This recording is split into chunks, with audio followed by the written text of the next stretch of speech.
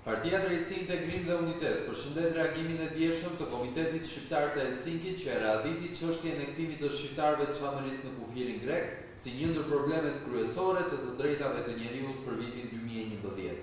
Pas denoncimeve tona në mënyrë zyrtare në institucionet e Bashkimit Evropian, te Komisioneri Füle dhe Presidenti Barroso, në Këshillin e Evropës, në ambasadat e vendeve të Bashkimit Evropian dhe Shteteve të Bashkuara të Amerikës në Tiranë, si dhe të Komisionerit të Drejtave të Njeriut në Strasburg, zoti Hammerberg, erdhi reagimi i parë të cilin e përshëndesim. PDU vlerëson thirrjen e Komitetit Shqiptar të Helsinkit për një zgjidhje të këtij problemi nga ana e shtetit shqiptar.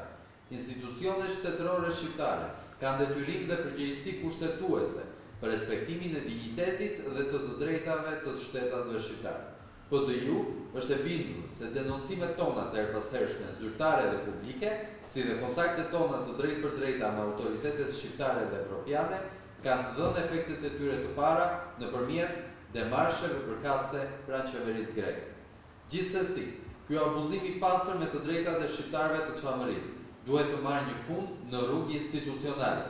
Prandaj, PDU i bën thirrje sërish shtetit shqiptar që të intensifikojë punën për të ndaluar këto lloj abuzimesh dhe falenderon të gjitha ato institucione shqiptare dhe ndërkombëtare që janë vendosur në krahun tonë duke denoncuar zyrtarisht apo publikisht këto shkelje.